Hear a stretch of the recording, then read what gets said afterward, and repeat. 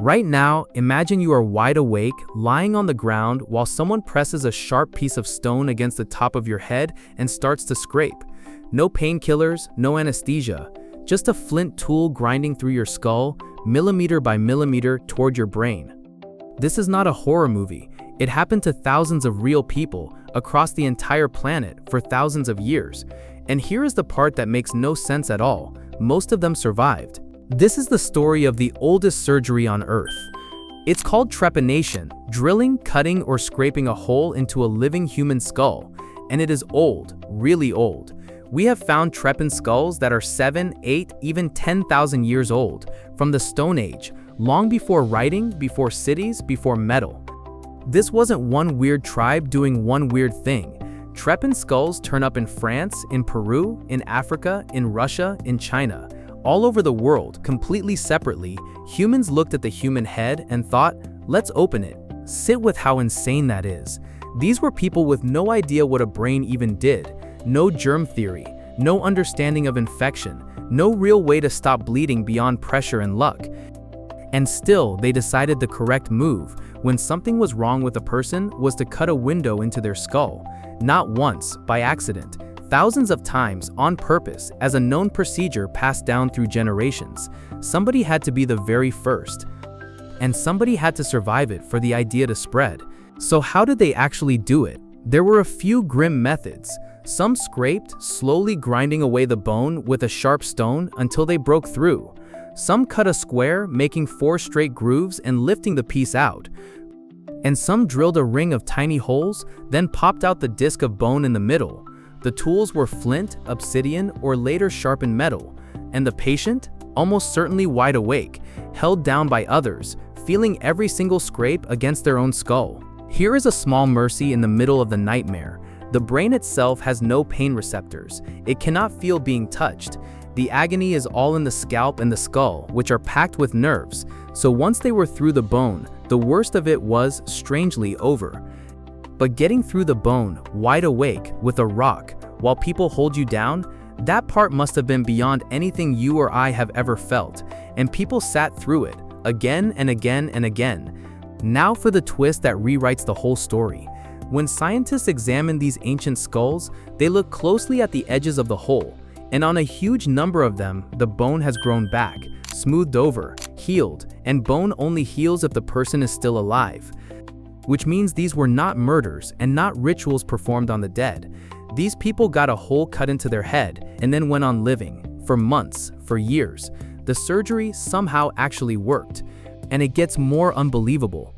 Some skulls have not one hole, but 2, 3, even more, all of them healed. That means the same person survived the procedure, recovered, and then came back and let someone do it again. You do not line up for a second round of skull drilling unless the first one genuinely helped you.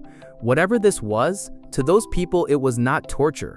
It was treatment, something they believed in strongly enough to repeat, in the most literal, skull-opening way possible. And the survival rates are genuinely shocking. When researchers studied hundreds of trepan skulls from ancient Peru, they found that most patients lived. In the later periods, the success rate climbed to around 80, even 90%. Now compare that to skull surgery during the American Civil War, thousands of years later, with trained doctors and steel tools, where roughly half the patients died of infection. Stone Age healers, using flint, were beating 19th century surgeons. Let that sink in, which leaves the biggest question of all. Why? Why would anyone ever do this? The most convincing answer is also the most practical one. Look closely, and a lot of these holes sit right next to healed skull fractures. Someone took a blow to the head, from a club, a fall, a fight, and the skull cracked and began to swell.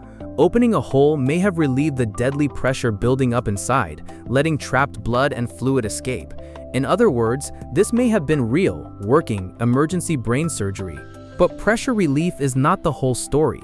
Trepanation was also used, people believe, for things it could not possibly fix: blinding headaches, seizures and epilepsy, fits, fainting, and strange behavior. To people with no concept of the brain, all of these look like the same thing. Something bad was trapped inside the head. And if something is trapped inside, the logic becomes horrifyingly simple. You make a door, You open the skull, and you give whatever is tormenting them a way out. And that leads to the darkest theory of all. For some of these procedures, the thing they were trying to release wasn't blood or pressure, it was a spirit, a demon, an evil force they believe had crawled into the person's head and seized control of their mind. If your friend suddenly started having violent seizures or hearing voices and you lived in a world of spirits, then drilling a hole to let the demon escape was not madness, it was mercy. It was the best medicine your entire world had. Picture being the healer. You have no book, no teacher except the person who taught you, and a screaming patient in front of you whose life depends entirely on your hands. You know that if you push too deep, you will kill them instantly. You know that if you tear the wrong layer, they will bleed out in front of you. And yet, somehow, through pure trial, error, and inherited skill, these healers learned exactly how far to go. They developed real surgical technique in the Stone Age, using stone. How did anyone survive the infection though? That is the miracle nobody can fully explain. Maybe it was luck. Maybe the dry climate in places like Peru helped hold infection back. Maybe they packed the wound with plants and herbs that fought bacteria without anyone knowing why. In some regions, they likely chewed coca leaves, dulling the pain. Whatever the reason, enough people lived that the practice did not just survive. It spread, it improved, and it kept being done for thousands upon thousands of years. And it never really stopped. Trepanation shows up in ancient Greece, where Hippocrates himself wrote detailed instructions for it.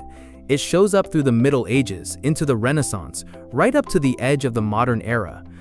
Humans have been drilling holes into human heads, in one form or another, for basically all of recorded history. It might be the single most persistent surgical idea our species has ever had. We just slowly got better tools and a far better understanding of what was underneath. Because here is the twist that should genuinely humble you. Trepanation did not die out, it grew up. Today, when someone has a brain bleed or dangerous swelling after a serious head injury, surgeons perform something called a craniotomy.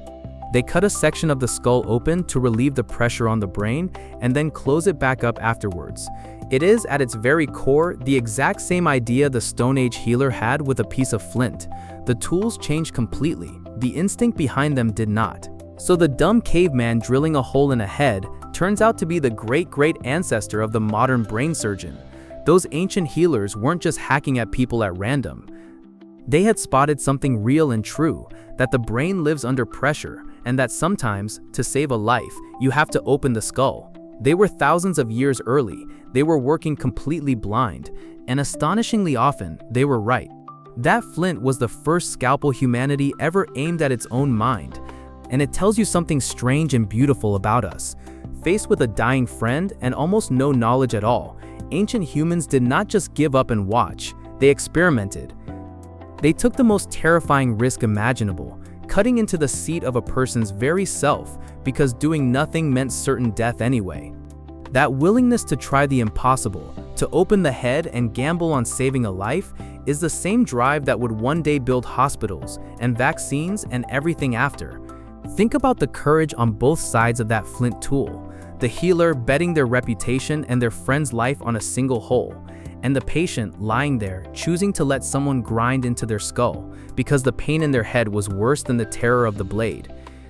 These are not primitive brutes. These are people making impossible medical decisions with nothing but stone and nerve, tens of thousands of years before anyone on Earth would understand why any of it actually worked.